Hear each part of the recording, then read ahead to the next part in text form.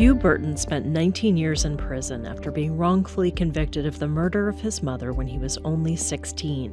He was finally exonerated of all charges a decade after his release in 2009. But during his incarceration, Huwe found hope and solace in music. That's how he met Brian Carenard, also known as the rapper Saigon.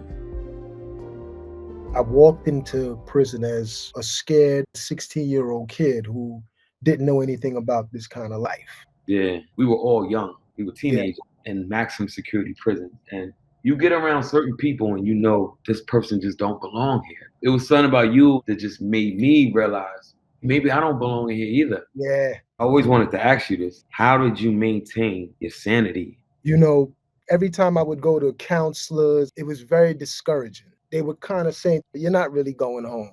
So for me, if they're saying that I'm going to spend the rest of my days here, somehow I have to let the world know that I existed. And I put every effort that I can put into music.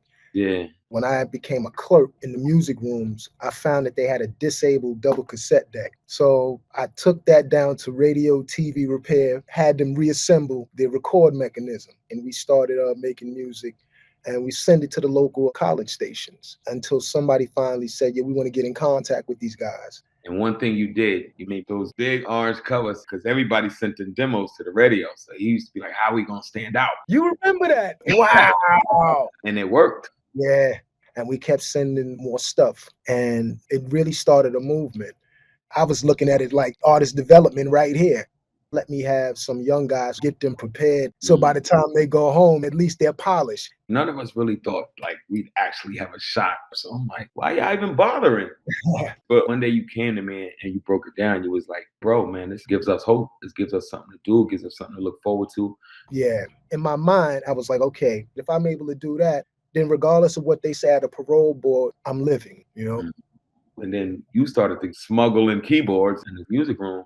However you were doing that, building the studio, I started to be like, yo, this is real. I'm going to get a chance to go home and pave the way for when these guys get out.